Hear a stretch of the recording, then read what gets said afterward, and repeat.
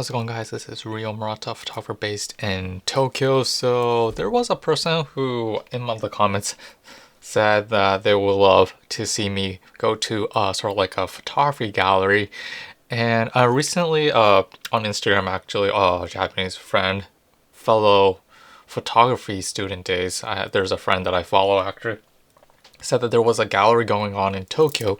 And initially, when I hear the word photography galleries, you guys will probably imagine a location, a specific location within a building, within an apartment, or within a confined environment where photos are beautifully hung against the wall. There's like central heating. It's warm right now because it's getting cold, And I imagine that kind of like scenarios, and I was actually wrong, And that person, that friend of mine, said that a T3 gallery in Tokyo, I don't know if that's the right word. Oh, let me re-say that. It's T3 Photo Festival Tokyo was taking place during this month around Tokyo Station, and I thought it would be nice to go and just view artworks and talk about it in this video. But I realized that it wasn't indoors, it was outdoors in this like cold environment. I'm like really sad to say that. Oh dear, I'm wrong. It's kind of so background information for you guys. The T3 Photo Festival Tokyo recently started, and the background information for this is that it's sort of like a public open gallery that is happening from October 1st to the end of October the 30th of 2022. And like I said, around the Tokyo Station Yaesu exit. And if you guys know, Tokyo Station has many exits, and Yaesu is basically a specific area, which is, FYI for your information, where the newly renowned bus terminal is actually sort of like started to operate actually. So I feel like sort of like traveling from Tokyo to the countryside, this is actually a location to like head to. I'm going off topic a little bit, but this T3 Photo Festival Tokyo is sort of like an event that has like three pillars. One is photo exhibitions in the public space, and two is like talking and events, which I'm not interested in, unfortunately. And three is sort of like photography exhibits for like students in art schools and photography schools around Tokyo, Japan actually. Yes. So the association like hosting this is the Tokyo Institute of Photography, and this is actually the first sort of like official like photography community association that started doing these public galleries. I think they did one back in 2015 in the countryside actually, which is actually famous, but this time around they actually started to do these sort of exhibits in Tokyo, in heart of Tokyo, around the Yaesu, aka Nihonbashi area and the Kyobashi area, etc., etc. So, and obviously because time is a limitation, I was only able to cover like half. Were like 11 exhibits if I'm right, and I was only able to cover like 4 or 5, which I wanted to like visit specifically. And obviously, let me go by order. Sort of like first stop was Tokyo Midtown B1 basement first floor actually, which hosted Moriyama Daido's artwork called the Tokyo Night Cruise. If you guys do or do not know, Moriyama Daido is a really super prominent figure in the photography community, both within and outside Japan, and he is famous for his black and white high contrast photos. He does a lot of documentary stuff, and this time around he shot around the Tokyo sort of like skyline, I don't know what you guys would call, while he was like riding in a car, maybe in the passenger seat, because it's dangerous to drive and shoot photos. So he basically shot around the skyline, the landscape of Tokyo.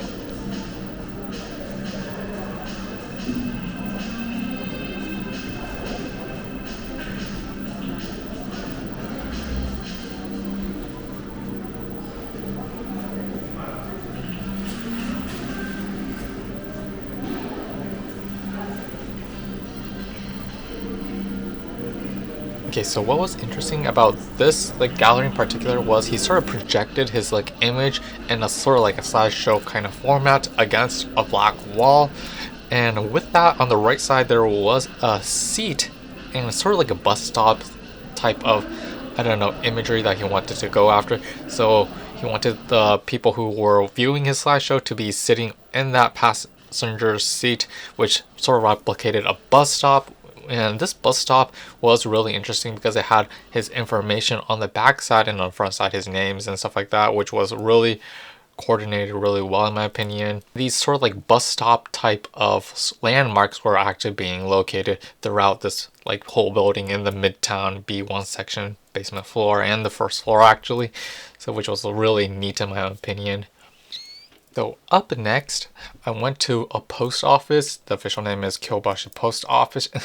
Post Office. And what was hilarious about this was that in front of the artwork there was the company's like car being parked in front of it, and I don't know what they had in mind, but it was like, I don't know how to comment on this because like, is this art or is this not art, or is this sort of like trying to like mess up people's like artwork? But I was not able to like see what that artwork was. But what's interesting was that because it was like in front of a post office, when I looked on the right side from away from the car, on it was, I wasn't able to like shoot from this angle, but when you looked on from the opposite side, what was interesting was that there were photos being displayed of the postmans. You guys know postmans, post office workers deliver packages to people. That's their main jobs.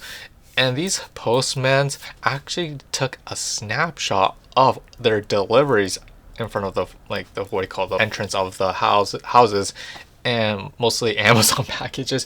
What was interesting was they made sort of like a series of those images, and they sort of like coordinated it by making small like prints being displayed on this wall, which I thought was like really interesting and neat actually. And so after viewing the post office artwork being bombarded by this sort of like car, I went to Toda construction site. And in Japan, I guess this happens throughout the world, when there's a massive construction going on, the construction workers basically like seal off that private property by adding some kind of wall, and they basically use that wall as a canvas, and they basically displayed works of various like artists. And around this location in particular, I guess they sort of like had various type of genres like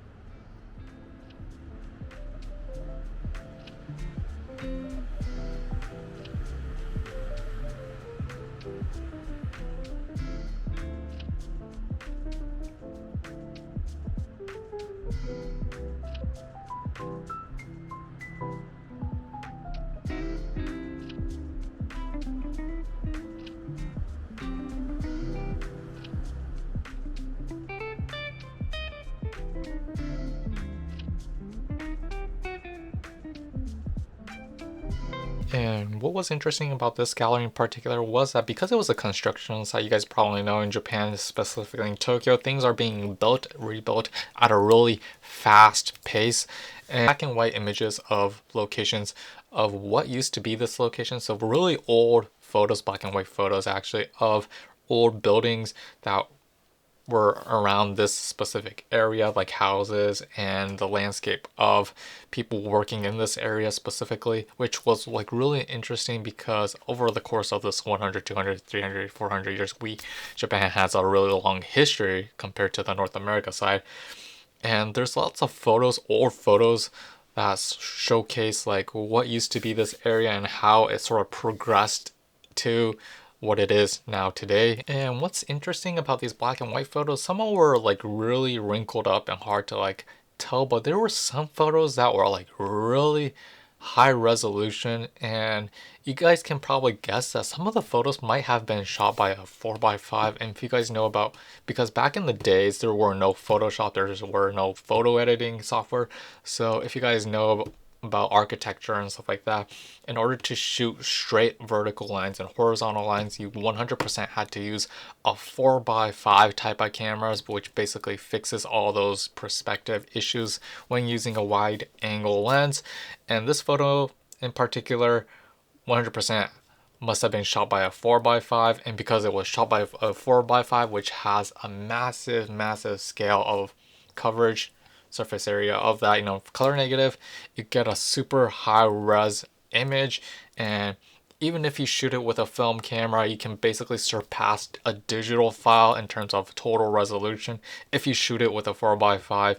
And this image in particular was like mind-blowing because everything was in focus. The perspective was like great, perfection. And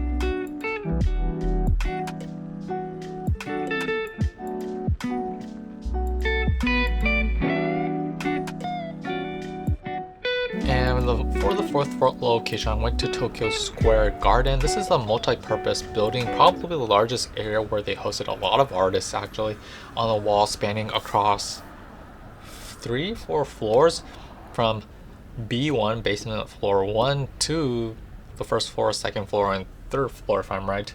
And for the basement floor, they displayed the works of Aaron Berthel, if I'm right, and which is, you guys probably seen the official website. His like photo was using as a top like banner in the banner area actually, where he basically drops a neon signage dropping. I think the title was called "Dropping the Internet" or something like that, which is really interesting because he had 3 photos actually, and I initially thought that 3 of those photos would be on like one wall, 3 photos lined together, but it wasn't like that. It was one photo on one pillar of which was supporting the whole building actually, and another like photo being on another pillar, and another photo on another pillar. So that was a really interesting location to sort of like publicly publicize your works. And the last photo was actually in a bush, so I had problems finding it actually. So yeah, that was hilarious, in front of a coffee shop actually. So that was interesting to see. And on the above ground, a person called Deanna Templeton had her series called What She Said displayed in the what you call the upper floors.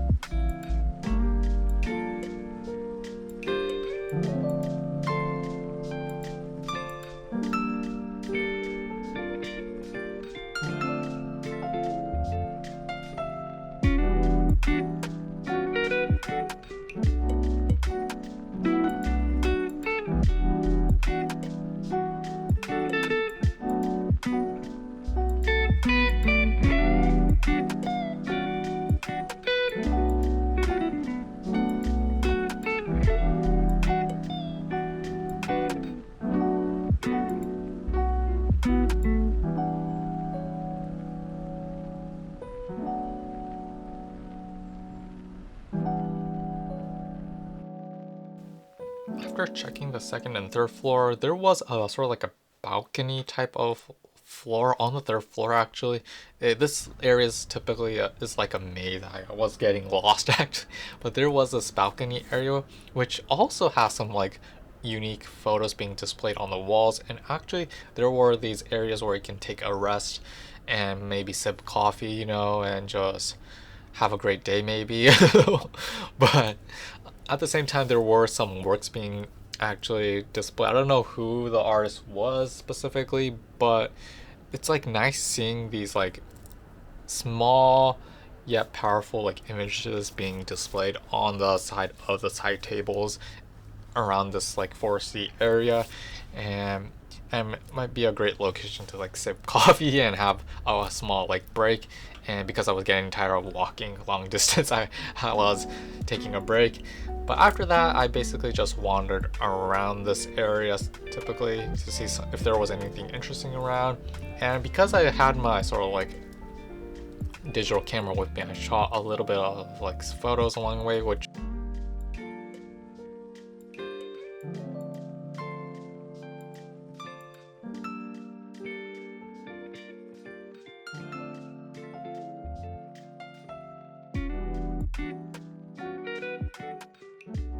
and on the first floor on the back side actually, I keep forgetting his name.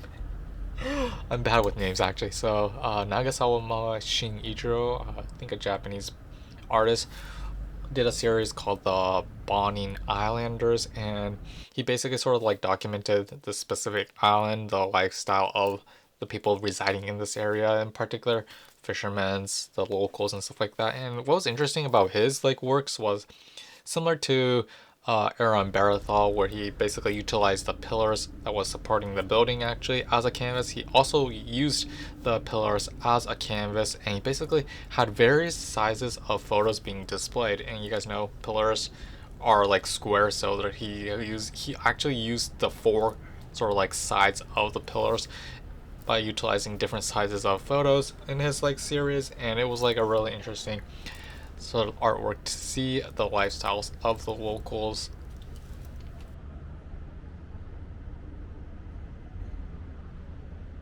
Something I realized after like viewing the behind the scenes type of video, that I initially thought he sort of like printed his works, and basically sort of like, you guys probably know, when you have an artwork printed, you have it on a sort of like, you can either like print that and put it in like a frame or something and then put it on a wall. But what he did was, I think he printed a full size sort of like, I don't know, canvas or something, like a flat like print, and then he wrapped the pillars with some kind of like string or something, so that basically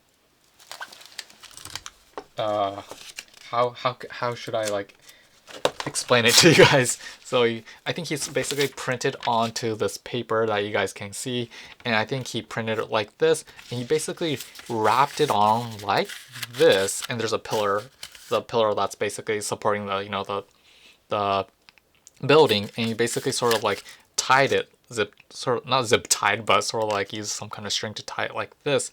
And he basically, and because the pillars is like a square, there's these like crevices, or these sides actually, so it's hard to explain. And by doing that, he was able to sort of like, if you look at the like video, he basically was able to sort of like give you guys sort of like a panoramic shot of the civilians, the people who lived on this island actually.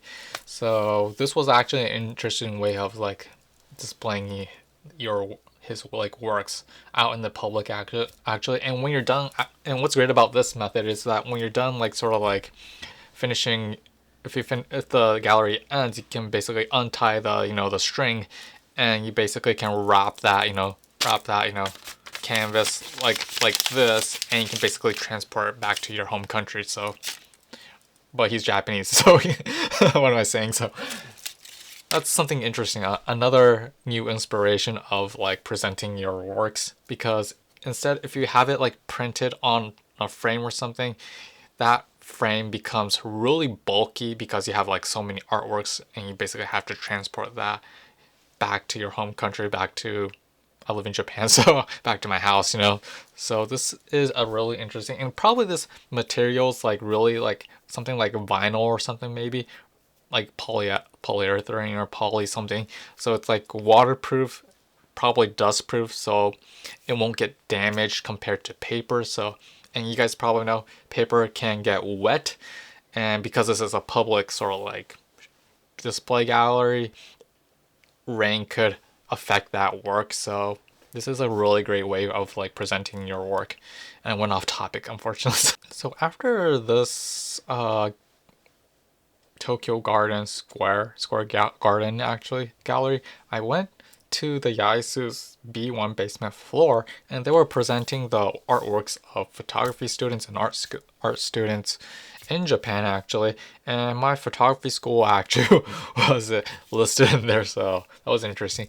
And it's like really interesting to see people, younger generations, like making their artwork because they perceive this world differently, and at the same time it gives you a sort of like another inspiration of, because we all have perception of how we view things, and younger generations view things differently as we do. And it's like interesting to see all these artworks and how they sort of like shoot their photos and document their sort of like lifestyle, their like sort of like life actually. And it was like really interesting like gallery to see. And at the same time, there's like so many ways to sort of like present your works. It could be a large canvas, it could be like a small canvas, small photos, thumbnail type of photos, Instax size like photos. I mean, there's like so many ways to display your like artwork, and it was like really like informative and at the same time like intriguing like gallery to see, especially being displayed on the wall. So yeah, that's basically it. Obviously there were like I think there were 10, 11 galleries, but I only went to like 4 or 5 due to like time constraint, unfortunately. At the same time, if I covered everything, you guys would get tired probably. So I just like grazed the surface, just went to the ones that I really wanted to see. And at the same time, there were obviously like other areas that were interesting to like, I should have mentioned it on my channel, but if I mentioned it, it's gonna go over beyond 20-30 minutes and it's not gonna be that informative. So hopefully I gave you guys some kind of idea of what the gallery was, and hope you guys like enjoy this like video. And if you guys have any comments, questions, please leave it in the area below. Happy to reply. So yeah, we will see you next time. Peace out.